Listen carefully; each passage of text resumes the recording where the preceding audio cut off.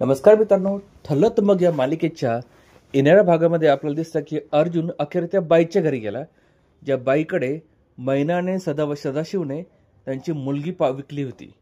मग त्या बाईच्या घरी गेल्यानंतर मात्र तो पुन्हा फोटो दाखवत म्हणतो, आपण इतके दिवस ज्या मुलीबद्दल बोलतो ती हीच मुली आहे का?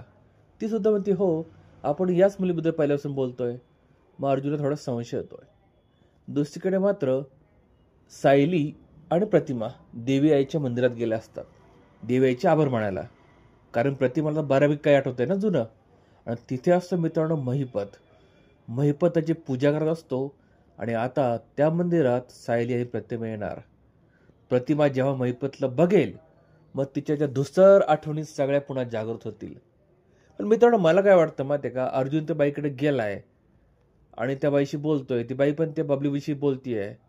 मला काय वाटतं, आता तिने महिपतचं नाव घेतलंय, कारण महिपत जेव्हा अर्जुन तिला विचारतो की तुम्ही माझ्या आधी ह्या मुलीविषयी कोणाशी बोललात का, त्यावेळेस ती सुद्धा महिपत शिकत नाव घेते. पण मला काय वाटतं, आता महिपतने प्लॅन केला होता तसा हा प्रियाने प्लॅन केलेला दिसतोय. त्या बाईला पैसे वगैरे देऊन महिपत शिकत नाव घ्यायला लावलेलं दिसतंय. बघूया पुढे काय होतं ते. या मालिकेतनं आता नवीन एंट्रीज रोज यायला लागलेत.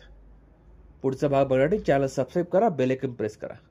तुम्हाला कसा वाटला आजचा भाग? आवडला असेल ना, लाईक आणि शेअर करा. भेटूया पुढच्या भागात. तोपर्यंत काळजी घ्या.